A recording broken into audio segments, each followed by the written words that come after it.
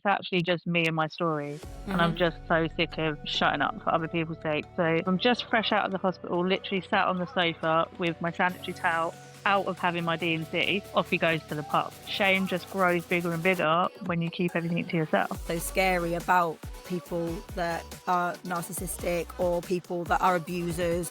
The way they would come back in and switch it around so much, I would genuinely end up feeling guilty for questioning where they've been for 3 days. I was trauma bonded, but now I'm away from that. It literally felt like something popped and leaked into my head. Wow. And like my heart was going to stop. I felt like I was going to die. You've got this tear in the artery that leads up to your brain. Do you think that all these sort of physiological, medical issues stemmed from emotional trauma? Look at your situation. You're never going to be enough to him. You need to sort yourself out. I realised straight away how different my body was. It was like I was no longer in the lion's den. It's going to rupture and we need to deal with it. And then it was like shit got real. Then you bleed out, causing brain damage, death. How the hell can I die and leave someone like that in charge of my children? I recorded videos for the kids about how I thought about them and what I wanted for them and what I wanted them to avoid doing. I did everything that I could so that by the time I was put under, I was kind of like, right, but every person that they knew that had been in that situation had died.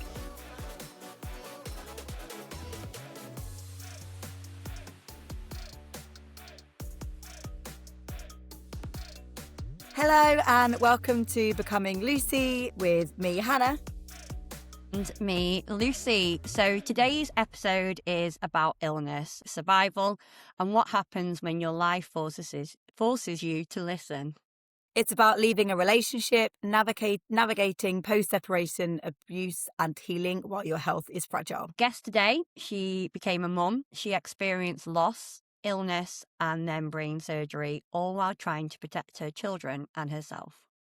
This isn't a story about blame. It's about awareness, knowledge, and becoming stronger through understanding.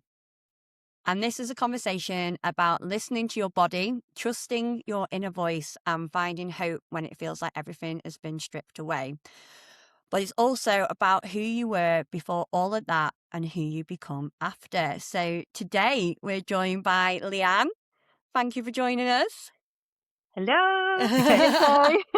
Before we actually start, what I would like to point out for anyone that's watching this, we have colour coordinated, all three of us, without even realising. We've got lovely shades of brown on. Me and Lucy have got leopard in our hair. And Lyanne, you just joined us. We could be a girl band right now. Love it. It's like a modern day All Saints look, isn't it? I'm With a not- bit of Spice Girls. Yes, I'm not going to start singing. I'm so tempted to right now. Anyway, so Lyanne, we're really excited to have you because we don't know you, and you reached out to the podcast and said you'd love to share your story. So tell us a little bit about how you found us and what made you feel comfortable enough to come to two strangers, essentially. I think I saw you guys audition for the Thomas Brothers Be an Extra Guest. Yeah. I don't know what you call it, bromies. I don't know what the tagline was, but the thing where basically they shafted us, pretended that one of them was not going to be there anymore. It was Adam, and wasn't then it? you did Yeah. an extra guest. That was it, Adam. Yeah. I think that's how. And then, if I just see anyone with a cool vibe and I just feel like, I can connect to them, or I can maybe bring them something that they can use on their platform, it's just something free and something helpful that I can do for anyone. And it's exactly what you guys are doing. You're bringing these stories and you're raising awareness and spreading the word for other people. So anywhere I can help, then just get on and talk a bit and be a bit of a weirdo. But we've all got that weirdo element in us, don't worry, Lyanne. Oh, thank you so much. That's lovely. Yeah. So before we go into your story, Lyanne, and obviously talk about your illness, the relationships, and we want to go back. We want to talk. We want you to tell us about little Lyanne. I mean, what was she like growing up? I was always doing something. So I was always busy. I was dancing from as young as I can remember. My mum's a dog trainer, and we always had like at least 3 dogs, and she would do competitions and crafts and whatnot, and I would go with her. So that was a really good way of me knowing how to approach people and speak to people and give me confidence. You learn so much when you do anything performance-wise. You've got to deal with, the amount of times you maybe fall over on stage Yeah. or rivalry. Shitty parents, actually. Even when you're like 9, you will get the side eye from a parent if you're better than their child, which is just wild.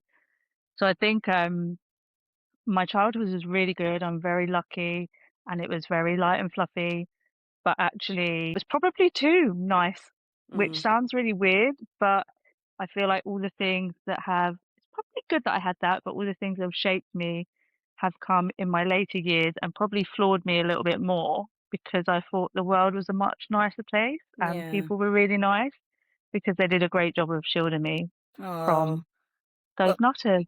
I mean, well, kudos to your parents. And I think Yeah. you touched upon it a little bit there. Like, what did you learn early on then about love and safety and being needed? Yeah, I think everyone around me there wasn't really divorce, so everyone around me was pretty much together and love was you get married, you have children, both go to work, but maybe the dad works a little bit more. And my dad was still a bit more reserved than my mum in the way that we didn't do so many emotional chats and whatnot. His upbringing was a lot more difficult than mine, so I don't think everything he learned about love, I think he learnt from my mum. But I still knew that they both had my back all the time. But yeah, I don't think I ever thought about a situation where if I got married, I would potentially end up trying to be unmarried. Um, Well, I suppose nobody really goes into it, do they? They always say you don't go into marriage to get a divorce, do you? But obviously it's a lot more common now in this day and age. Yeah. Do you know what I mean? Like, Yeah. I and there's a think, lot more talk. yeah. Do you know And what I mean? People, like you say, talk about it, like you just said with your mum, like yeah. talking about your emotions. It might have been going on in the background, but it just wasn't talked about. Do you know what I mean? Yeah. And I think it's healthy to say, if your marriage isn't working, then get the fuck out. Like, do you know what I mean? Like, I think, back in the day, you felt shame or your parents or whatever felt like if you got a divorce, you'd bring shame to the family or, you have to stay together, you've got children. And although I'm not wanting divorce rate to go up, but I'm just sort of saying from that side of things, it is better that people get out of a relationship that they're not happy with rather than stay in it. And I think obviously we're going to divulge that with you later on. But yeah, you not seeing it didn't give you any kind of awareness of what could happen, I suppose. no, but there was a couple that, I grew up and I loved them and I admired them, but all they did was bicker and you always felt the atmosphere. And I remember always thinking, that person is constantly playing the victim and that person is constantly having a go at them. Why are they so like that? And then I found out when they were older that victim was actually did something to upset the person that constantly nagged at them, but she couldn't get out of that relationship because she wasn't the breadwinner, it wasn't the done thing. So she basically just stayed in an unhappy marriage for a very, very long time. So I do also have that, and I had that in the back of my mind of like, she's not around anymore. Would she have wanted me to put up with this if I don't have to? Because now I actually have the resources where I can say, do you know what? Fuck off. And so I did. Can't wait to get to that bit of the episode. To put it you bluntly. became a mum, didn't you, at 21? Is that right? And how did that change your sense of who you were overnight going into that? I mean, you realize you have a very, very rude awakening of like, I am actually responsible for another life now, pretty much forever, the whole until they're 18. I mean, my son is 18 this year, which is wild. And I don't see him buggering off anytime soon. That realization is very much like, okay, number one, I need to be okay to be around for them. And number two, anything that's like messed up within me, I need to sort that shit out so that I don't pass it on because I really don't want to be part of that generational trauma thing. And I will hand that to my mum as well. She took me to hypnotherapy when I was in my teenage years and I did a few counseling sessions. She was very good and very open with that. And that really helped me to know that if you're struggling and if things aren't right, it's okay to ask for help. And I think everyone needs to know that when you become a parent, when you go through anything difficult, that really helps me, I would say. Yeah, 'cause that's quite unheard of, isn't it? Because how old, like, what year would that be? No offense, like I'm trying to think back, like The 60s? yeah, no. Oh, so that would have been, I'm 39 this year, so it would have been a fucking long time ago. Yeah, like it's like early 2000s kind Yeah, of thing, yeah, isn't it? Yeah, So yeah. you're similar to yeah. me and Hannah. So like that was really unheard of. I mean, I Mhm. remember, I've got a scenario. I was a witness in a court case and I was offered therapy and I was in my 20s then, and I turned it down. Like, I don't need therapy. Therapy is Mhm. not therapy is for people who are really ill, or do you know what I mean? Like, I can deal with this. And I was, yeah, and to think, for your mum to be that open with it, Yeah. that's really kind of not wild. I don't know what the Yeah, word is, but you know what I mean. Really, really, It's like yeah, yeah. progressive, yeah. like she's before her time. Yeah, yeah, yeah. And I think that came from, she had a very spiritual friend because her parents wouldn't have really gone down that route, I think. I think that was from a very spiritual friend that guided her to that. And I did Right. go into it and I literally sat there through this hypnotherapy counseling session. And why she'd put me under, I remember being like, this is bullshit. This is bullshit. This is doing nothing. I totally know where I am. What am I going to have for dinner tonight? Yeah. But it did something. And I walked out of there a different person because she was talking to my subconscious. So Mhm. I thought I knew what was going on in my little mind that was wandering, but she was still doing her thing underneath all that. And I just found that that was probably life changing of like, oh, okay, Yeah. there's So you so many more felt levels. different when you came out, would you say, or was it weeks later? Yeah. Or Straight yeah, So I away. was right. struggling with confidence and whatnot, and I still remember the feeling. I literally walked out of there like, dun, dun, dun, dun, dun, dun, like I'm Like a so, theme tune I just, playing. oh, Yeah. literally, I felt like I was just walking out on a catwalk, and everyone must be looking at me because woohoo, like I was amazing, and it's the wildest thing. I've never felt like that. I don't think ever before. That's amazing. Strange. And I think obviously just on this subject, I think I agree, therapy is something that you have to be ready for. I think that's really crucial. And I agree, you go through your 20s or whatever, and you're like, no, no, no, I'm fine. I've got this, I'm resilient, regardless of what trauma you've gone through. But you have to be ready to take that step. And I remember I was just resonating with you when you were talking about going when you were pregnant, because you didn't obviously want to bring your child up with all the shit that you got going on or whatever. And my friend, one of my really best friends, told me the same. So when I got pregnant, she was like, I got some advice. She knows all about my past. And she was like, you need to go to therapy before you have your baby, because you need to be clear and like feel that you've got a weight lifted off your shoulder before you embark on motherhood. And obviously I was like, yeah, you're right, I do feel like I can probably do this now. And I did start therapy before I got pregnant, but I just remember I was obviously looking to be a mum in that sort of same time period, if that makes sense. So I knew it was coming, so that advice was really, really good. And I had it. And I remember I had my last session when I was maybe like 4 months pregnant, and I did like a walking therapy, which was amazing. So me and my therapist used to go on walks. So I used to bring Loki, my dog, and we would go on walks, and it was the best thing for me because I wasn't looking at her face to face. Anyway, I remember telling her that I was pregnant, and obviously I'm ready to stop now. For now, never say never. Rob, my other half, is definitely telling me to go back to therapy right now. But yeah, and I told her, and I was pregnant, and I just remember feeling like you said, like kind of a different person. And that therapy, along with lots of different helpful podcasts and things like that, got me to that stage. And then I did have my baby, and I really know that without that therapy I would have been carrying probably quite a lot of trauma into motherhood that would have probably affected how I parented. Could have been for better, could have been for worse, but I could totally resonate with that, with your having a child and making sure that you can be as clear as possible in your mind, Mm.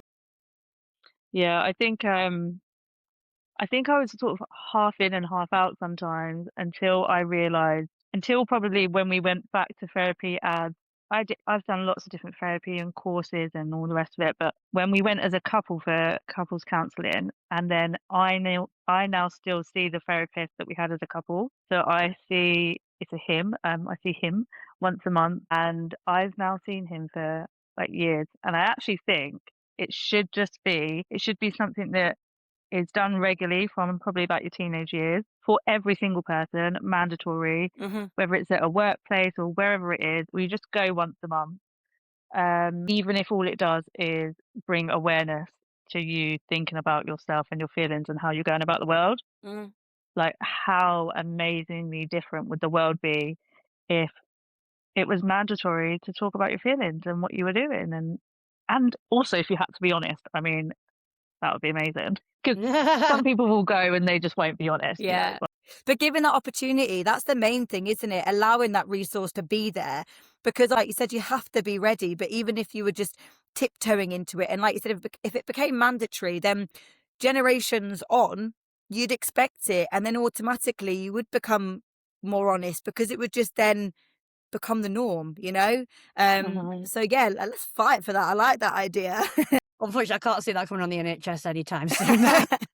You gotta manifest this shit, Luz. Come on. I I mean, know. But you I can think it's barely more, get a dentist appointment. I mean, yeah, I mean, God bless the NHS, but I think even if you just advocate people talking, do you know Yeah. what I mean? Like, I have my little friend, like, I am looking into therapy in a way, but I have a friend who's a therapist and a counselor, and I have a friend who's a medium and a spiritualist, and we meet up every once a month, and we are talking literally from 6 o'clock till 2 o'clock in the morning. Do you know what I mean? And we all heal everything, like how you're feeling, getting deep, and you can all these characters. I don't know what character I really play, but it all comes into play. But again, that's we've said it many times in this podcast. That's missing a lot. Like, when's the last time you spoke to your closest friends that you grew up with, and all these kind of things? And Yeah. it's not the same, is it?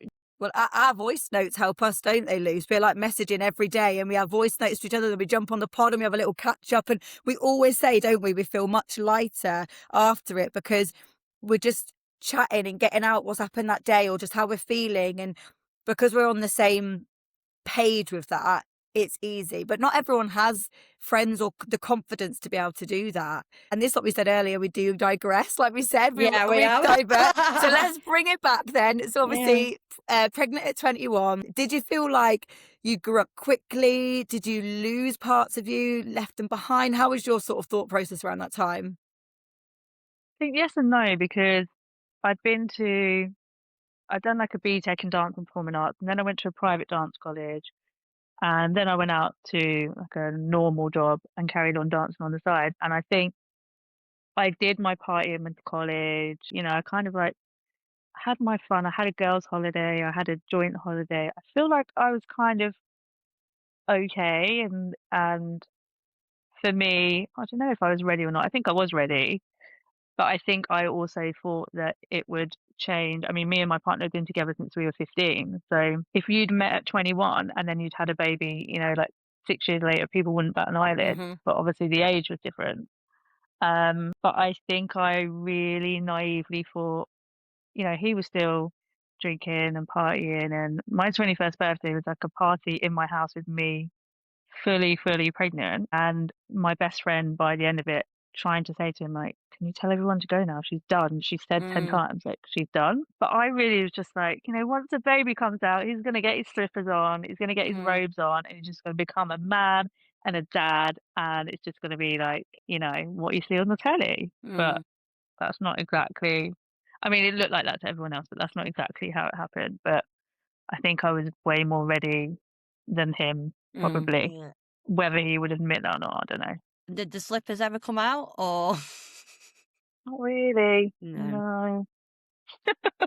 Bless you. And nothing, you're not alone there, Lyanne. I think loads of people think that having a baby is going to fix their relationship. And sometimes it does, sometimes it doesn't. And I think as long as that child is looked after, and it sounds like you've been a fantastic mum, and obviously we don't know his dad, so we can't speak for that. But I think you tried at the end of the day. You tried. And, you know, between your two children, you also had miscarriages. Did you feel supported by your partner through that, or was it something you carried quietly? I mean, look, it's difficult, isn't it? Because people say, don't shit talk the dad and don't do this and don't do that. But if I'm just talking about the facts of how things made me feel, then it's actually just me and my story. And I'm just so sick of shutting up for other people's sake. So, yes, you would have seen him cooking and cleaning and doing this and doing that, but he did it so that he could then go to the pub afterwards. And that didn't matter if I was ill, if I just had a miscarriage, if I'm just fresh out of the hospital, literally sat on the sofa with my sanitary towel out of having my D&C, off he goes to the pub. And that was the bit that took me a long time to understand, that I just must not be worth it. I just must not be lovable enough in whatever state I am to say no to that and sit with me while I cry. Mm. And I just couldn't understand it. Even, I would just go to bed upset and expect to be cuddled or something and, just cry in bed because of what's just happened. And I would just be ignored. And I just didn't understand it and I didn't know how to place that or what that meant. And it's those kind of things that I think children need to be taught. You need to be taught about things like divorce and therapy and miscarriage and pregnancy. Yes, you need to be taught all of those things, but you also need to be taught about the people that might be in your life while you go through those things and whether the way they're treating you or not is healthy Mm-hmm. and whether it's actually just part of a cycle of narcissism or abuse. And then you can protect yourself from these things because if you're not taught it and nobody's talking about it, especially at 21, all my friends are out, doing their thing, partying, all the rest of it. So I didn't really have anyone in my situation that I could be like, oh, hey, like, if you'd have just been in this situation, would your partner have Mm. fucked off down the pub? Because there wasn't anyone in my situation and I felt shame. So I just didn't talk about it. Shame just grows bigger and bigger when you keep everything to yourself. If I'd had people to talk to like I do now, and like the people that talk to me and come into my inbox, I would have been like, oh my God, it's not just me. Actually, you've got like MPD or, whatever. But I was gaslit and I was naive and I didn't know what I was doing. But you kind of start thinking it's normal, though, don't you? Like, I can put myself in situations where if you haven't, like you say, you come from a protected kind of family unit, your dad's working hard, mum's running, and like you come into your relationship, and then you kind of like, well, that's kind of like masculinity. They don't want to know about this kind of stuff. That's what they do. You kind of hear those things from years ago, like, don't moan, don't nag, let them go to the pub. They need their time. So you kind of like now it's very true, but to me, like sometimes you just think that's the way the world is because you've got nothing to compare it to either. Yeah. Strangely Yeah. enough, like that's how I can compare it to. It's like, well, that's like, that's how nastily to say it, how you should be treated, even though we know we shouldn't be treated like that. But you just think everybody Yeah. else has the same treatment, I and feel like you that's just, dying with our God, generation yeah, Yeah, because for it was sure. definitely, our yes, parents. Their parents had it even worse, and then Yeah. our parents were just starting to go, "Actually, is he a twat?" And like, "Oh, I don't know, but I'll stay with him anyway." Yeah. And then we're like, "No, yes, he is." But Yeah. it's taken time. Hopefully, by my children, like adult relationships, it'll be completely different again. Yeah. And God, yeah. absolutely like my daughter's 3.5 and I am, praying that she isn't in a situation like you, Lyanne. Do you know what I mean? Like, and obviously, I think you can never say never. You don't know what the future's going to hold. You can only do what you can do in the moment. But the fact that again, there's so many things out there, so many conversations happening, so much resource, so many more people feeling confident like yourself to come and say this isn't right. It's only a good thing, isn't it, that people are going to start to think that. Just actually saying that, obviously, it's great that we've got all of that out there for people and the conversation is happening and we are, well, not we, but collectively people are getting themselves out of relationships that they shouldn't be in. But equally, there's still a hell of a lot of people that are in relationships, and even though everything is out there for them to, get that help, they are still trapped. And that's what's so scary about people that are narcissistic or people that are abusers, that they can obviously make people feel so small that they can't escape. So it's important to recognize that there are still a hell of a lot of people out there that will never be able to break that cycle, and it's just heartbreaking. And I think for you to be out of that now is fantastic. And when you think back and you reflect, were there signs? Was there anything else? Obviously, you've mentioned things already, but were there any sort of big signs that made you think, my time's ticking, I need to get out of here? I mean, so many, there's the ones like we spoke about that there would be a big situation or a situation where I would need them and they were just not there. But even more so than that, a very dark, like, lack of empathy unless there was an audience. Mm. So if we were out somewhere, I was introduced and I was, look at this dress I got her and look at this and da da da and so I would like going out to certain places for a long time because that was where I was treated my best. Or my parents would come over and he'd cook the dinner and, all of these kind of things. And then it's different when you're behind closed doors. Then you're ignored. Then, the years leading up to our separation, he would go out on a Friday for one, and I wouldn't see him till Monday, just like MIA. Wow. And you had a child at this point, obviously, so you were just left on your own, bringing up your son, and Yeah. you've got a second child with him as well, right? Yeah, Yeah. yeah. So Yeah. I've got a 17-year-old and a 13-year-old, my daughter. And yeah, to be honest, I just didn't know. I didn't know the signs, but now I understand, the lack of empathy, being treated different when you're in front of someone and when you're not, being gaslit. So you think that you go into a conversation, it would be my fault that they've not been there for 2 or 3 days, or, honestly, the ridiculous excuses of someone's like great uncle such and such died, so they really needed me. Okay, but for 3 days without texting me, what are you fucking on about? Mm. Now I can be like, oh my God. But at the time, the way they would come back in and switch it around so much, I would genuinely end up feeling guilty for questioning where they've been for 3 days, which Wow. now I'm like, Yeah. Yeah. It's You that learn lots, control. don't you? Yeah. It is just through age It now, is. I think, as well. You can't. When I know me and Leanne, so I'm going off on a tangent just because my mouth's open. But I know when I was speaking to Leanne and I was outside the gym, and I was like, one thing that really infuriates me is when you get 19 and 20-year-olds, and I know everyone's got a past and you can have these things when you're a teenager, but when they're giving relationship advice about narcissism and gaslighting, I'm like, you're a baby. Like, you have not, Yeah. like, do you know what I mean? And I get that abusive relationships can start very, very young, but I just think there's a lot out there as well that also, like, we obviously advocate, like we said at the start, you need therapy. You don't, yes, it's good to, like Leanne, yourself and us putting stories out there, but if you need help, go to somebody who's professional. Stop Yeah. listening to these influencers because they can twist many words, and it's like these, I've got ones that come off my algorithm with even like the men, do you know what I mean, Mm. that think that I'm obviously a man and they're giving advice as a man, and I'm like, this is bizarre. Do you know what I Mm. mean? These young lads are watching this still, and it's like, obviously everyone knows about the whole Andrew Tate thing, and obviously there was that Channel 4 program last year, which I can't remember, with the little boy, and it all went adolescence, wasn't there? Adolescence, yeah. You know what I mean? There's so much more out in this, like the social media side is so scary. Oh, it's I so think, do you know what I scary. mean? Within this now as well, it's great because I didn't know what a narcissist was till I was about 35. Do you know what I mean? Like, I never Yeah. heard of these words. I never even heard of anxiety properly. And now it's everywhere. Do you know Yeah. what I mean? But it can be used yeah. so And I think it's a badly. very, very difficult seesaw that you need to sort of play here, because Mm-hmm. if you're not careful, like you say, you can end up with misinformation, and also you can end up in a hole just constantly reading and looking at posts and stuck in the negative side of everything that's gone Yeah. on.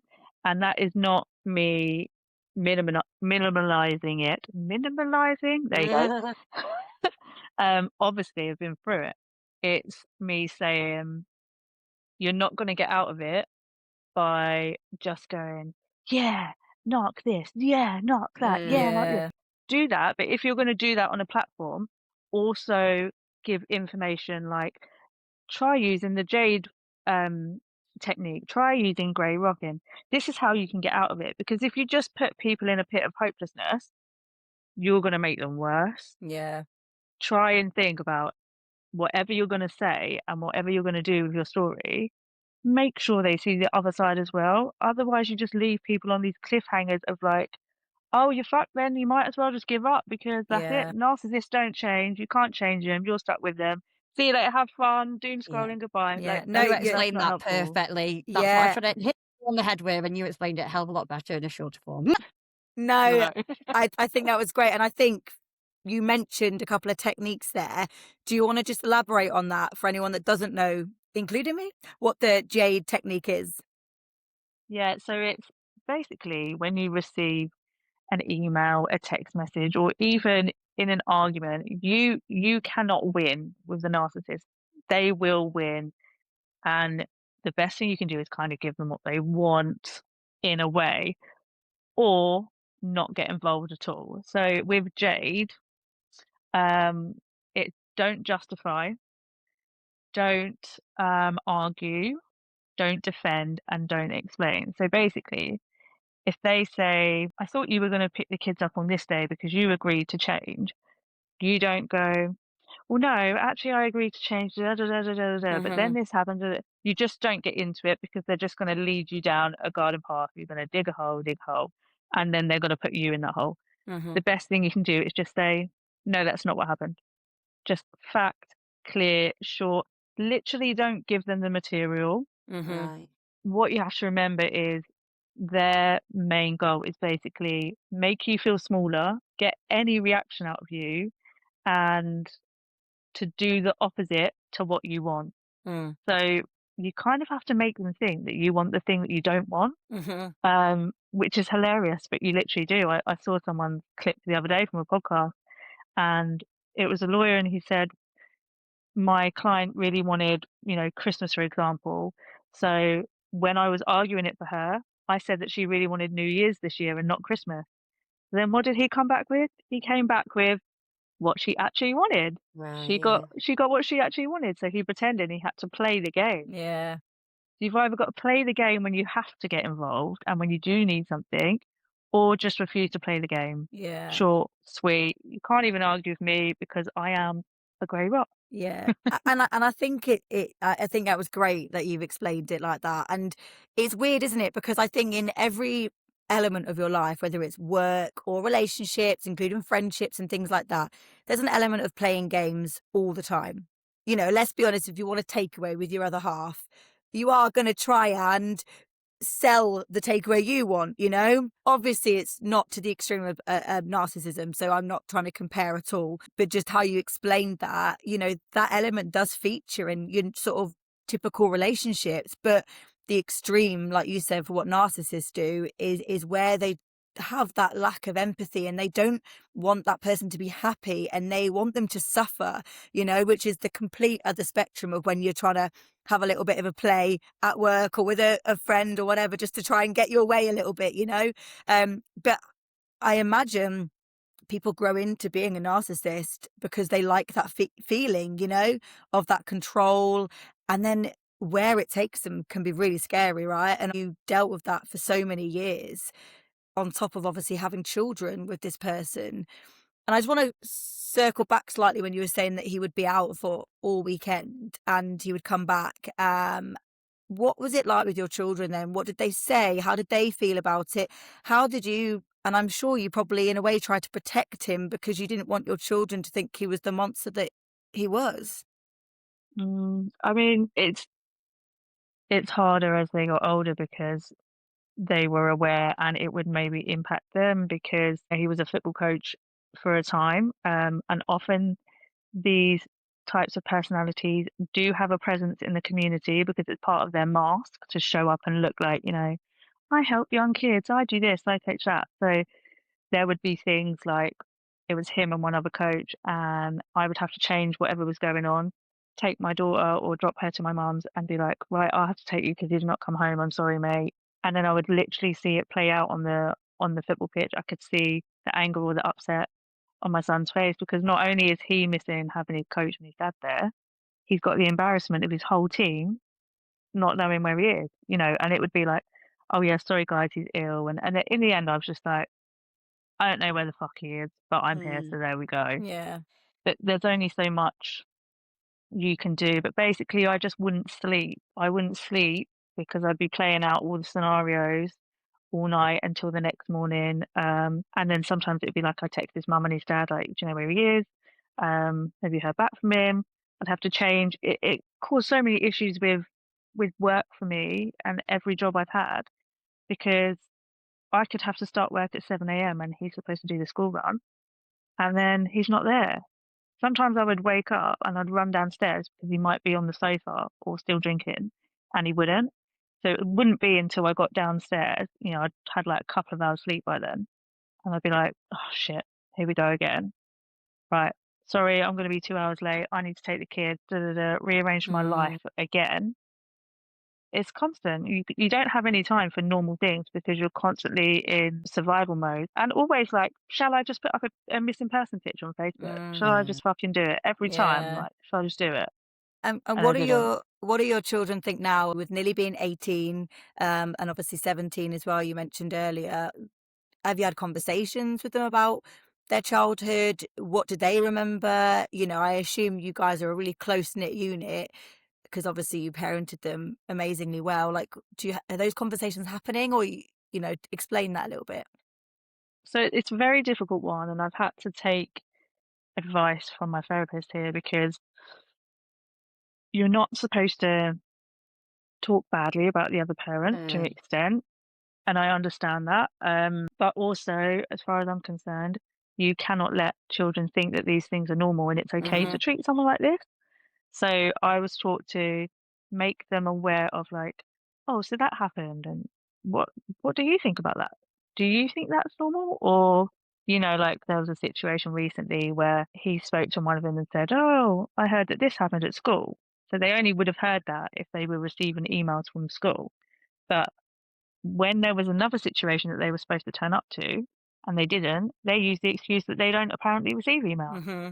So what I would do then is be like, "Oh, I thought they said they didn't receive emails." And I have to gently plant the seed for them to figure it out themselves Mm-hmm. rather than say too much. But there has been occasions where I've had to be like, "Look, I'm sorry. This is this and that is that." Because what can you do? And I cannot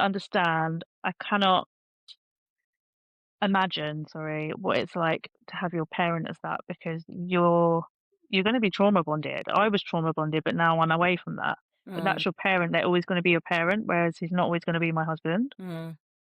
So it is a whole different ball game. But I think if one person can be showing them what normal emotional regulation is, how you should treat someone if you love them, what respect is, keeping your word and whatever, then from my understanding, that's as much as I can do. I can show that there's actually two sides of a coin, and then they can go, what feels better and safer and more normal? Someone that treats me like A or someone that treats me like B? Yeah. And that's all I can do, really. Yeah. No, I think that's a good way of looking at things for sure. And they need to make their own mind up. And like you said, I'm sure they will. And they're still our dad, and there's other things he obviously gives them from parent point of views. As well as all this, Lyanne, you've got quite a few medical issues as well. Starting with obviously sort of, I can never say this word, so I'm going to try my hardest. Endo and polycystic ovary syndrome, right? That's Yeah. what you suffer with. So let's dive into that first, and then we will move on to your other medical conditions because mentally you've got a lot going on, but also your body is showing you these as well. So yeah, how easy was it to get taken seriously when everything was being affected, hormones, energy, on top of everything you were going through? I mean, to the PCOS, I found out quite young. I think I had my first operation for an ovarian cyst when I was about 17. I've had 3 operations for enlarged ovarian cysts, um, keyhole surgeries over the time. And then I've had lots of times where I've had lumps and bumps, and then they said they're endometriomas, so you do have endometriosis. And to be honest, I don't think I suffer as much pain-wise as a lot of people anymore. I think having children made it a little bit better, but I've had different periods with it, and it does make a difference what I eat and what I do, and being a bit more insulin resistant. Like if I hadn't been walking as much on the lead up to Christmas, and I'm back doing it now because it makes me feel so much better. But if I don't do that and I don't try and eat more low inflammatory, then my periods go off the wall.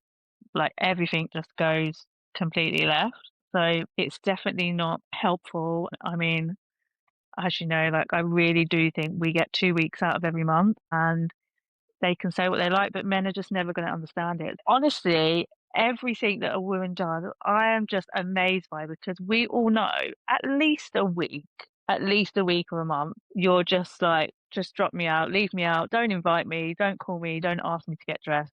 I don't want to know. So everything you manage to do, you're hustling more in those weeks before that, or for me, maybe not for everyone, but for me. And that means then that actually anything you achieve, you are doing it in half the time. So pat on the back, but the world does need to wake up to it, which it is a little bit. And you're starting to be allowed leave for menopause symptoms and, women's health. But I think we should just get a straight up a week off, and we should just have like cocoa intravenously put into our bodies. We should just like we should just be celebrated for that week, and everyone should leave us alone. Love, love, love. And just be like, no men around. Yeah. They used to do that in the olden days, didn't they? Like on a full moon, all the women would go up and congregate and Yeah, get together. get together. No, I like Oh, that idea. Sakia, are you listening?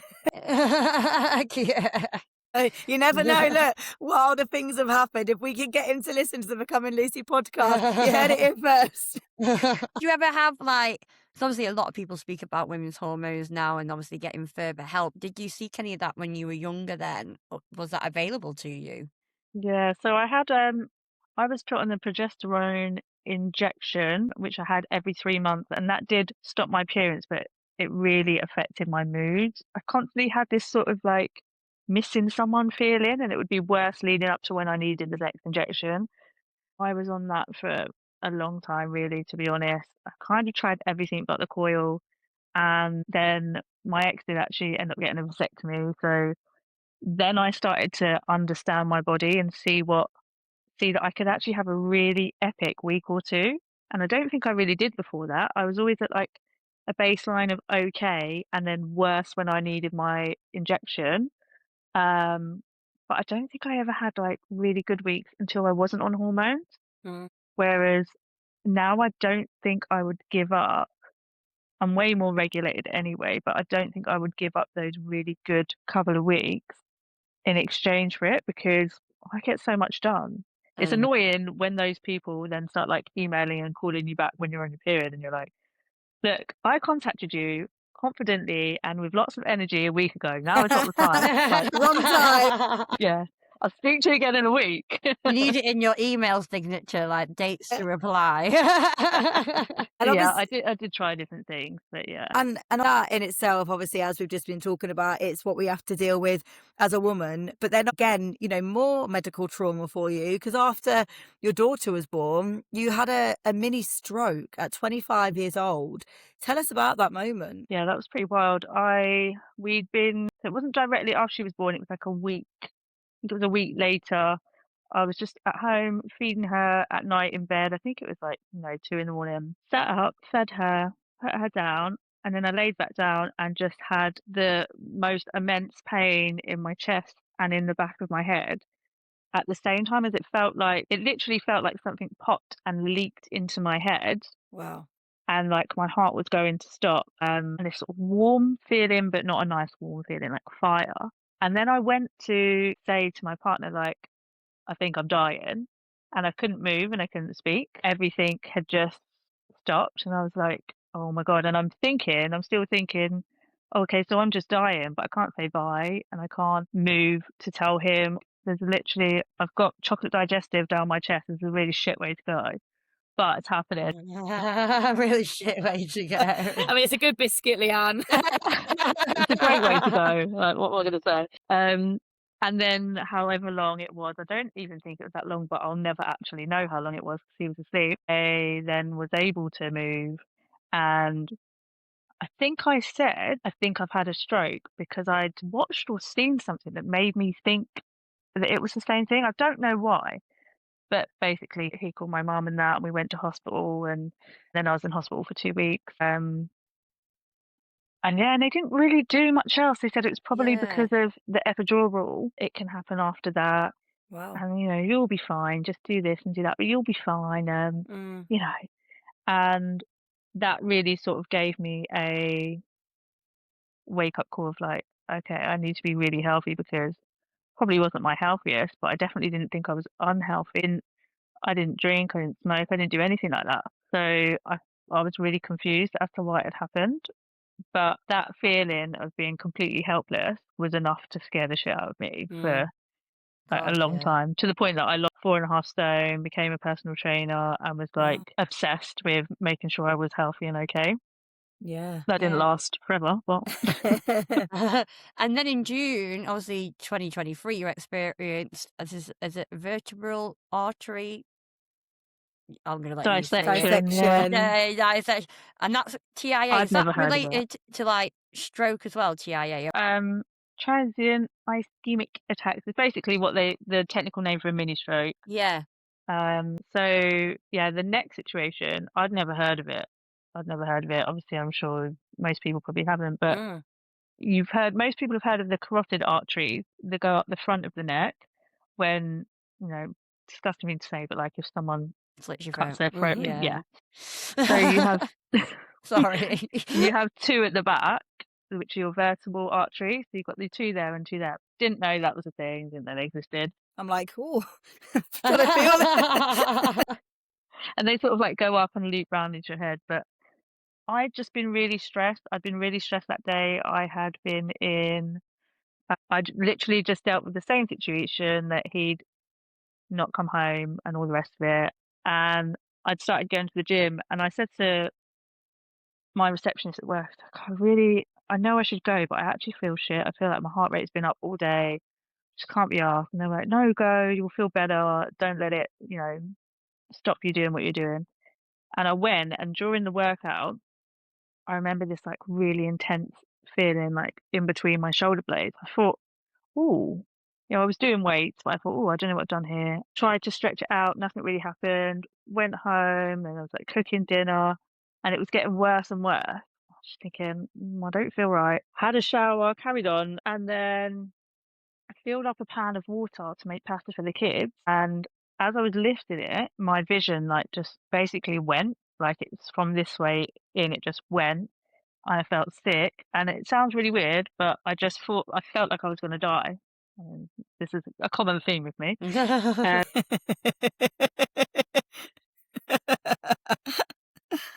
I texted my friend like, "Hey girl, want to come get me?" I think I'm gonna die. I've still got the text message. Then my partner had got in from work, and I didn't want him to take me anyway, and he was doing football with my son, I think, and I was just like, "Yeah, it's fine, we're gonna go." But my hearing was weird, everything was weird, and I did get misdiagnosed originally. They thought it was a migraine, and I'd got so good at masking my feelings because of everything that was going on in my life that I probably just looked like someone that was sat there with a migraine. But whilst I was sat there, I couldn't hear properly, I couldn't see properly, I was dizzy, I was in this extreme pain, but I was still sat there in the emergency room like, Yeah. "Hey guys," like doing my little smile and wave shit.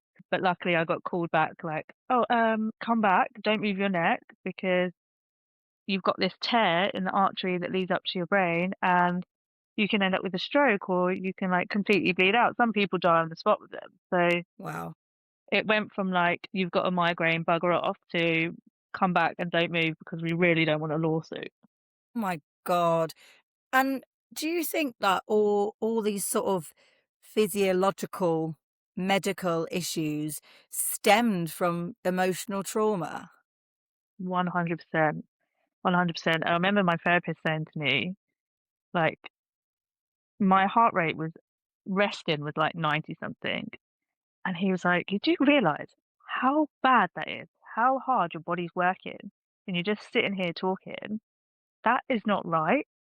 And the chronic stress and all of the feelings that the body keeps a score of and that you tuck away, I was doing this fight or flight rage thing all the time for different reasons, that my blood pressure was spiking to like 180 and down.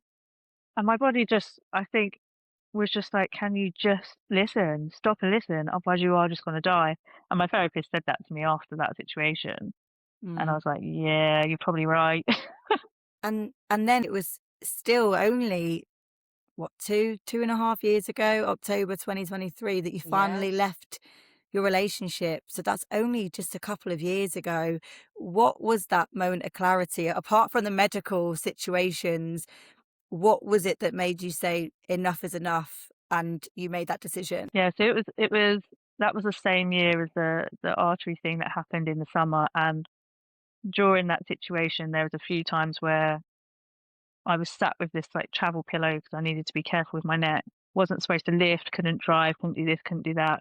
And I'm sat on this bloody deck chair in the living room, and they'd come in from work, and then I needed him to cook dinner. I needed him to, do certain things. And he was like, I'm just going to pop out to the pub for one. And I'm like, please, please, please, just like, please be Mm. fucking serious here. I'm just like, no, it's fine. I'll see you soon. And he went and I had to order a pizza and he was out all night. And I just thought, well, like, wake the fuck up. Everything you've been Yeah. through, look what you're doing now. Look where you are sat. Look at your situation. Mm. You're never going to be enough for him. You need to sort yourself out and start relying on yourself. And I Yeah. had already started to earn more and focus a lot on work because I knew what I needed to rent a free bed. So you were making those Um, steps already, probably Yeah. subconsciously, like you said, you just knew that it was happening. That's so interesting. yeah, I think a phone call I made during lockdown in 2020 when I found out how much you had to earn to be able to rent a free bed. From then onwards, once I went back to work after furlough, I was like, right, I've got that fucking figure. And I got to that figure. I got to more than that figure. Thank God. Yeah. And then the day that I actually said it, the weekend of that, I'd been to a dance competition with my daughter all weekend. I had like my hand bandaged up from a work incident. I'd had to have some glass removed from my hand. And You're my on son had first spoke name to basis me. in that hospital near you, aren't I you? know, right? And it was, yeah, it was just a shit show weekend. Like, I spoke to my son, he's like, I haven't actually eaten all day because, he didn't come home yesterday when I was expecting him to. And I just remember watching this dance on stage of some of the girls, and it was like about marriage. I just had this like, yeah, enough's enough. And a couple of people said things to me like, you'll be fine, I'm fine. Certain one-liners that people say don't realize can change your life. And I was at Yeah. the point of like, I actually don't give a shit anymore. Nothing can be worse. The unknown, put me in a tent, whatever. Yeah. And how easy was it? I know, like, leaving nobody is easy, but was he just like, yeah? Was he fighting for you back? Was there like a whole hoo ha? Like, you're not leaving the house. I want the kids. Do you know what I mean? Yeah. Like, what was that like for you? Oddly, I mean, they would every so often shout that they wanted a divorce, but then not actually do anything anyway. But he was quite chill and like, well, if you've made your decision, da da da. This is when I was like, you're definitely seeing someone because this is Mm. not. I've tried to leave you so many times before, and this is not normally what happens. Yeah. So I'll go and stay with my parents for a couple of weeks. But it was basically so that you can get your shit and get out. Like, it was, don't think that you're staying in the marital home. Don't Mm. think that I'm giving you a couple of weeks. And he really didn't think that that would be enough. But had the conversation on the 4th and moved into our rental on the 27th. Oh, go Literally, like, you. took 3 things. And I remember I took so much enjoyment out of them being like, sorry, what? You've actually got, sorry, how are you affording that? None of your business. I love that. That's amazing. Like, yeah, what a fantastic outcome of that story. And still they were trying to control even that part of it, trying to make you feel like you couldn't do this and questioned everything. And you finally had, like you said, you had that confidence to stick one up at them. Yeah. I mean, naively, I probably didn't realize how difficult so many parts were going to be, but just sat in this empty house waiting for, to get furniture or whatever, I realized straight away how different my body was. It was like Mm. I was no longer in the lion's den. I can't even explain that feeling. I didn't realize how constantly I was walking around like this until I walked into this house and I just wasn't scared of things in the same way. It's crazy. Amazing. Oh, and then in September, I mean, it just keeps coming, doesn't it? You were diagnosed then with a brain aneurysm. And I mean, obviously, I know we spoke. I don't really know what a brain aneurysm is. And if Hannah does, I'm shocked. So, can you explain Obviously.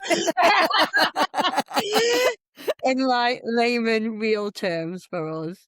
Yeah, I mean, I know so many things about medical stuff now. I could probably just be like knighted in as a doctor, but um, yeah. So basically, it apparently was on the scans from when they did my last check on my neck, but it was Oh. missed, and it could have happened because of that. So with the arteries, they're supposed to be like a smooth tube, basically, and this had an aneurysm, is like a bulge in the wall of that small tube. So the problem with that is as it gets bigger, like blowing up a balloon, if it then decides to rupture, then you bleed out, causing brain damage, death. so many difficult things. If you catch them before they rupture, then you can have a stent in, like Right. people have when they have heart attacks or when they Mm-hmm. have clot. You can have coiling or you can have clip-in surgery. So I had the clip-in surgery. In hindsight, I had some dizziness, I'd had headache, ridiculous tiredness. I'm dizzy every time I lay flat since I did my neck in whatever the year that was, 2022. That's Let me scroll consistent. back. Hang on. Yeah. We need to get you like a timeline printed out and you can stick it on your wall. But yeah, and then basically it's lucky I reversed off my drive into someone rushing around between an event at work, dropping the kids home, and the sun was shining on my windscreen mirror like in the wrong way, and I reversed into this guy, and it made all the symptoms I was already having worse. So I Right. thought, "Do you know what? I've been putting off these symptoms because I know the kids need me, but actually that whole thing of, yeah, well, they haven't got you if you're not around, so you Yeah. need to get checked out." And it literally went from doctors to like, "I think you should go straight to the hospital for a scan." I'm like, "Oh, I'm in my stoop on my break. I don't have time." No, go for a scan. And then, yeah, I was misdiagnosed for a week, back and forth. It was, "You've got an aortic rupture." Then it was, "We think you've done another dissection." It was back and forth, nothing, nothing. And I kept getting called back to the hospital, dropped, called back and dropped. And then one thing I said, something to do with my vision, I think it was, made them do another scan and get someone else to check the scan that was higher up. And then they finally were like, "Oh, okay, you have got this. And if you're having those symptoms, it's either already leaking a little bit or probably a sign that it's going to rupture and we need to deal with it." And then it was like, shit got real. I did originally stay in hospital and I was going to have it. And then they said, "We want to send you for genetic testing and then we'll do it within a few weeks. Because if you've got a condition that's giving you all of these things, you want to test your kids Yeah. and we need to know how to treat you maybe differently if you're potentially going to bleed out and, these kind of things." So yeah, life changing. As you know, what baffles me is obviously when we've kind of heard about your story, you finally obviously moved on from your relationship and, we're thinking that that is completely in the past, apart from the fact that you share two, teenager kids. But actually, whilst you were going through all this with your brain surgery, you were suffering with post-separation abuse, right? Like, tell us what that is and how that affected you at this time as well. Yeah, so I mean, I'm still in the throes of trying to get divorced because there's just no cooperation basically, so I've had to take it down a different route. But with regards to this, it looked like being in hospital, about to go for a scan, and them calling and hurling abuse down the phone at me, and then asking to speak to my mum and do the same for them, for me to then end up sitting in an MRI scanner for an hour, literally having a panic attack, thinking like, how the hell can I die and leave someone like that in charge of my children Yeah. continuously? It looked like refusing to change dates and times regardless of if I was in hospital, still not contributing financially, basically insinuating that I might not be, with the undertone of certain conversations, that they should probably stay more with them anyway, him and his girlfriend at the time. Because, probably aren't going to be capable of taking care of him anymore. What a shame. Yeah, and some other situations where other services were involved that I had to deal with at the same time as Mm. literally being in a hospital bed having these conversations. So yeah, it's very scary. I mean, you just can't be a normal person. If you are going to treat someone like that, regardless of whether they're the mother of your child or not. I had people that I'd barely spoke to for 20 years on my Facebook sending me the nicest messages and offering to send me Mm. pajamas to hospital and stuff like that. And then you've got this person that you created life with literally trying to kill you off when you're not even supposed to raise your blood pressure. That's when you know, like, okay, like, Yeah. How I do you can confirm. control not getting angry though? Do you know what I mean? Yeah. Because I'd be sat there, you're trying to let your blood pressure, and you just have to be like, oh, do you know what I mean? Like, you just have to be sedated. I would, I think. Then he'll probably throw in that you're sedated and you can't look after the kids. Like literally, like that's what in my head. I'm just like you were saying earlier, anything you did, he would find the negative out of it and just pick it apart. Yeah, I mean, trying to think how I dealt with it. The therapy, the books that I read, the conversations that I had. My mum was going to do the conversations with him to try and protect me and my health, but she wasn't used to dealing with it or him. And I actually saw her like physically shaking from these conversations. So I went, do you know what? I'll just deal with it, and Wow. kind of like took it back because I didn't want to do that to her. And that was her first sort of like realization. What I had to do is take control of the things that I could. So I was told to redo my will before the surgery. So in my will, my friend helped me, and it was like, right, this is my wish. Just so you know that this person is X, Y, and Z. Like, I did everything that I could. I recorded videos for the kids about how I thought about them and what I wanted for them and what I wanted them to avoid doing. I did everything that I could so that by the time I was put under, I was kind of like, right, now all I need to do is concentrate on getting better. What happens, happens. I can't control anything else.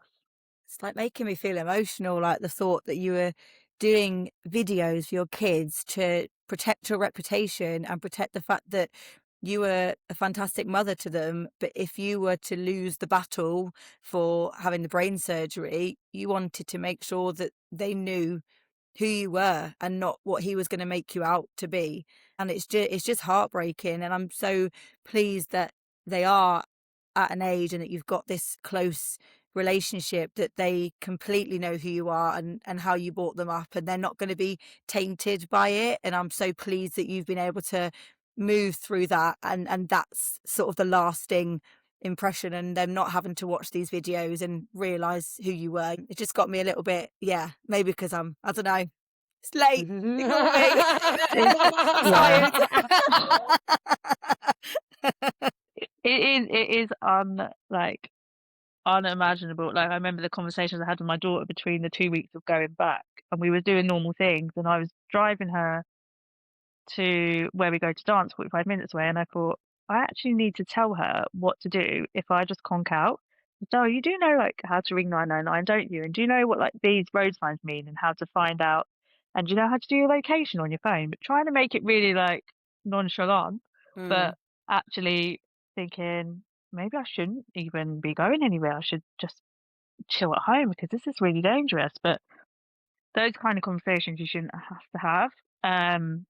And the conversations that went on around it. But yeah, I mean, when I told the person that this was what was going on, they replied with they were putting the family dog to sleep that day, just so I know. I was like, okay, anyway, did you hear what I said? And can you just wait? And they were like, no. And that was it. And Wow. then, it's What on. are the risks then? Because obviously we talked about the operation. Like, what are I think everyone will want to know, like, what are the chances then? Because obviously you're doing, like, Hannah's got emotional and, saying about these videos and making sure everyone's okay. What did they lay out to you? Okay, this is what's happening and this could happen. Yeah. I mean, so if it just ruptured, worst case, you just die, you just completely bleed out, and the effects on your brain is just too much. And every person I spoke to between that and me having it knew someone, but every person that they knew that had been in that situation had died. No one that I didn't know a survivor of it. Was that surgery or before? Sorry. If it Right. ruptured and you didn't If have it ruptured. surgery. Right, Yeah. I mean, best case scenario, you just might end up not being able to see or talk or disabled for life. And then with the surgery, it's stroke, bleeding, your eyes not having good vision afterwards, not having hearing, losing the use of your limbs, so many things because Wow. they go into your brain Yeah, the brain is regardless. the most amazing muscle. It controls everything, doesn't it? So it's It's wild. well, So I And you've had got to keep your blood pressure down. You've got your ex-partner talking about the bloody dogs. And I just don't know. I would have just been sat in my living room like, no one talked to me. And you holding this off as well for 2 weeks to do not generic, what's genetic genetic, testing. genetic like testing. testing. Yeah. Do they have to, you're not allowed to, like, do you have to have the aneurysm to do the testing? Or is it just like, it's just going to take 2 weeks to do this test and you can't have it after the operation because it's going to be too stressful on the body? Like, does that make So sense? the lesser invasive surgery would have just been having a stent put in. They wouldn't have had to do open surgery and go into my brain that way then. They would have gone in for a vein. But if there is a genetic issue with my veins and my arteries, because I keep having these situations, then they don't want to feed a tube all the way through my arteries. So that was the main reason for getting the genetic testing, Okay. because they could have potentially given me not such a dramatic operation. But the call was made in the end. Look, regardless of that, there's just too many, because even though my genetic testing was clear for things like FMD, which they know can cause aneurysms, they did say, every genetic disorder and condition that's found, there's always a first person. So all of my stuff is on file, and in 20 years, I might be found to have this new thing that they've Yeah, realised is a they're always condition. finding stuff, Yeah. aren't they? Yeah. And what kept you alive then, pardon the pun in terms of just talking about this right now, on your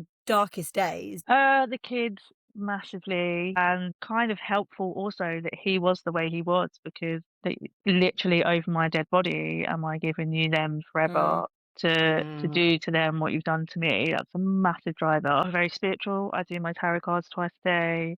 I read lots of books We're on gonna have a good chat after positivity. this. I literally have them here, like they Oh, stay next to me. We've got an upcoming episode that we're recording on Tuesday, where I'm getting my cards read by Lucy's friend, who's a tarot card reader. yeah. So I'm very excited about that. The Yes, last time okay. Hannah had a reading was like before she met Rob. So Yeah. When I was like Really? 20 years old, something like that. But Wow.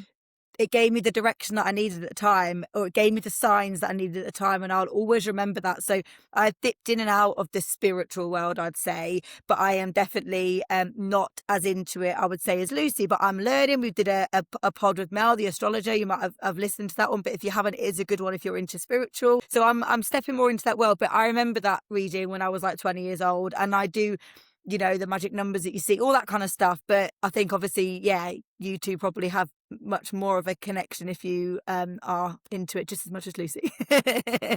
Yeah, I think I just have always had this bit of a connection.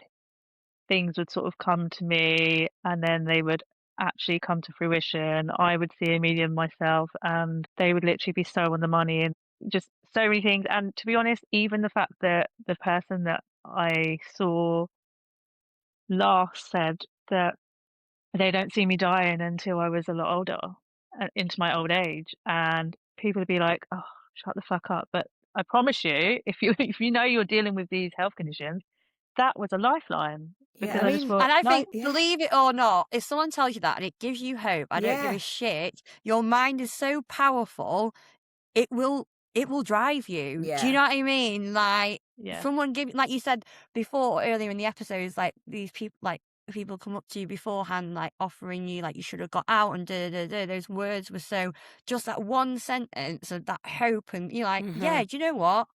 Yeah, I don't give a shit what anyone says. yeah. I And also, you're like the just- cat with 9 lives. You're still fucking here, Lyanne. You should have been gone a few years ago with all the medical stuff you've been through. So I actually definitely believe that. And yeah, long live a few more years. You've got it in you for sure. And I think, when we've unpacked this journey, what is the biggest thing that you've learned about yourself through all of it? Sitting here at 39 years old, like what is the biggest thing you've learned? do you know what? I'm just gonna say it. I'm resilient as fuck. I'm so tenacious, like it's mental, and I wouldn't have even said that about myself a little while ago, but I've got this weird little thing in me that just manages to find the positive, and just knows that everything's happening for a reason. And I really do feel like the people that are given the shit are given it because they're the ones that will be able to maybe make a change for future people. And that's why you're given those truly things. believe. Yeah. So Yeah. if you see Yeah. it as literally like, this is an honor, because you giving me this means that you are trusting me to do something good with this. Mm, Okay, you're going to give me the big shit, because that means there's big shit for me to do. So yeah. I'm on par. It's fine. So I when you love can that. look back and be like, well, if that didn't happen, this wouldn't happen, and again and again. Yeah. I love that. Being resilient for me is just the sort of biggest sort of skill. I always say skill, but I mean to say another word. I never remember it at the time. Anyway, I just think I agree. You get given shit because you can handle it. And then I always find when things happen that probably should allow you to have a little bit of a mental breakdown and you don't, I'm always like, yeah, but that's because I went through that. Like it Yeah. prepared me for this moment right now, you know? But I also think resilience, I've started to think about this since we've been doing the pod. There's resilience where I think I've learned about myself where I've ignored it. Do you know what I mean? Where I think some people mistake resilience as hiding a trauma at the same time, where you just keep moving on. Yeah. Where You like don't sometimes you sit have in that it. resilience because you have to sit in it, and that's what makes you resilient. So I think It's there's two ways different, of yeah, and I think 100%. that sometimes I think I've learned a lot more doing this pod now, listening to the stories and just trying to work out. You just break it down, don't you? It makes you think, and you're Yeah. like, and obviously, That's where like the therapy you thing reading, comes for me, where you've yeah, got to be ready, because I totally agree. So before therapy, I was like that. You ask any of my friends or people that know me, all I did was ask people questions. All I did, because I didn't want people to ask me questions. That's all I did. And another one of my best friends, she picked up on about that from like an early age when my sort of trauma happened. She was like, you do it as a deflection because you don't want someone to go, oh, so what about your family or whatever. And then I had therapy and started to self-help and listen to the podcasts. Shout out Fern Cotton Happy Place. But like I started to kind of really, really kind of resonate with it all and start to understand like where I was at. And then now my resilience is different. And it's what I just said before. It's if something happens now, I feel like I can handle it much better because of what I've been through. But I totally agree. The first part was the mask it all, ask people questions, don't ever get to know me. I'm going to be this like extroverted, happy person, which I am. That is me as a person. But it was very much like, I don't want anyone to find out about me. And then I had my therapy and worked on myself. And now I'm resilient in a different way. So I absolutely yeah. understand those two paths. I'm You're so into glad that. you said what you said there, because that is such an important thing that people need to realize, that it's not a shit happens and you bounce back. The bit in between is actually you have to go to the darkest, worst places. I have screamed and cried and like literally like nearly pulled my hair out on my living room floor, not knowing how I could deal with the physically feeling emotional pain that I had, but having no other choice because I couldn't drink and I couldn't smoke or I couldn't do this and do that because I was, recovering from surgery. You can't get from A to B without going through the middle. It's like the grief thing, like the only way is through. And being resilient isn't going, I'm not going to cry, I'm not going to do this, I'm not going to do that. Being resilient and the most courageous thing you can do is actually feeling those fucking feelings, because they don't go away. They just turn into these little knots that go into your chest, into your heart, into your stomach, and they make you ill. So I always say you have to give all those little feelings and those symptoms are like a baby that's crying and you're ignoring it. If you just ignore them and you shut it down and you just have another fag, have another drink, keep busy, one day you just have a heart attack or an aneurysm. Yeah, that's a lesson learned. I agree, and that is again like therapy. When I had therapy, that was one thing that she helped me with, because I used to, every time I felt certain emotions, I would just ignore them, distract myself, not think about, not lean into it. And the minute she was telling me to just lean into it, just focus on that emotion, understand why you're feeling that way, give yourself that hug almost and that little pep talk, and then move on. And to this day, that is exactly what I do. Sometimes I veer off depending on how stressed I am or how busy or whatever, but I always try and remember to bring myself back to lean into that feeling right now, because you can't ignore it, like you just said, else it's just going to get worse and worse and worse. And I think the bit people struggle with is if they've just taken a massive blow in a meeting, say at work, and they feel like they really need to cry, they're heartbroken, they've just been made redundant or something. I'm not saying you can't go, hold on a minute, and like have a cry in the middle of that Yeah. meeting. Don't do that. It's fine. You don't need to do that. I'm saying then the next possible time that you can, don't go for a fag and a wine after work. Go home, sit there, cry, put on that sad music, get it all out, and I promise you, you'll probably only cry for half an hour, maybe an hour, maybe that night. But if you don't do that and you just delay feeling it for 3 days, 4 days, a week, that's going to do so much more shit to you during that time. And then when you do finally let it out, it's going to last longer. But if you realize that feeling those feelings actually makes them go away quicker and puts you back to a nice, calm thing, I think people would maybe let them out a little bit more. But they just don't realize because no one tells you, because they're too busy teaching you fractions at school instead of how to deal with this. Yes. Yeah. And you're now creating a community, aren't you? Called, is it Friends That Know in May? What's that about? Tell us Yeah, more. so I mean that's a event that we're doing in May. So I had the idea and spoke to Jess Runs for Survivors about collaborating on it as well. And basically that is I have lots of conversations with people about post-separation abuse and, helping single parents in the DMs and whatnot. But what I want them to be able to do is come to an event, but it's not an event where, yes, yoga is helpful, breathing is helpful, all of these things are helpful. But I want them to come to an event where actually we're not asking anything of you. We're not asking you to buy stuff once you get there or perform for us. You just want to be in a room with people that understand and you can just take a weight off. There'll be a bit of music. There'll be, tables to just sit around and chat. But I just want to put all the people that feel like I feel or felt in one room and then go, you don't have to justify yourself to us. We get it. So you can talk now and no one's going to just call you a bitter gold digger and just relax. Like Yeah. that's all I want to do because otherwise, yes, so many things are good. Don't get me wrong. Get your mental health together, exercise, all the rest of it. But so many people won't come because they're going to be like, oh, I did want to come, but I actually don't want to do yoga. Or Yeah. I did want to come, but I don't want to do breath work. And I'm saying Yeah. that's okay. Just show up as you are and Just just meet your people.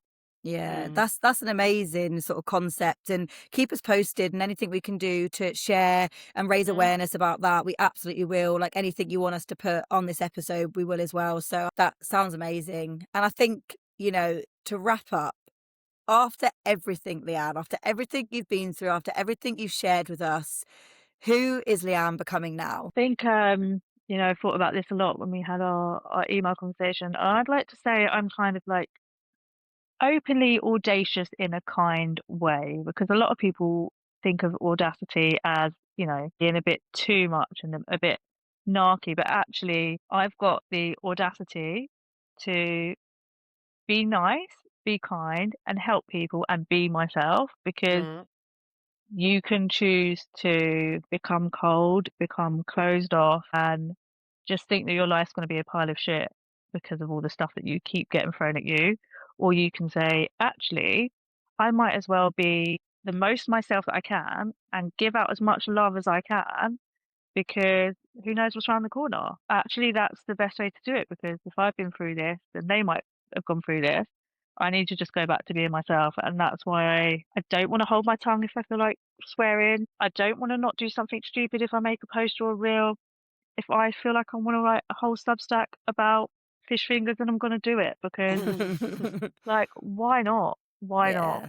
Yeah, Life's and I too just short. see something the other day, like your social media page. I think it was. I'm really It's bad so with famous random. people, but like like the blonde-haired lady with the glasses. She's really popular. She's American. I can't speak. Is it Mel Jess? Robbins. Mel Mel Robbins. Robbins. Yeah, Mel that's it. Robbins. Yeah, And she's all yeah. about like Well your done. social media is like you, and like if you can't be you, like this is.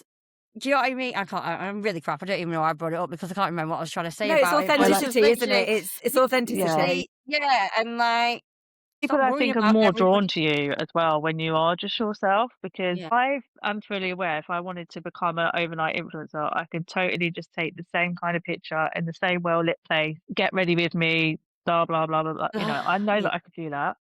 But I'm not doing it to do that. My social media page is like me letting out whatever I feel like letting out for that day and apologizing to myself for all the years that I hid and pretended that I was really living a happy life and I wasn't.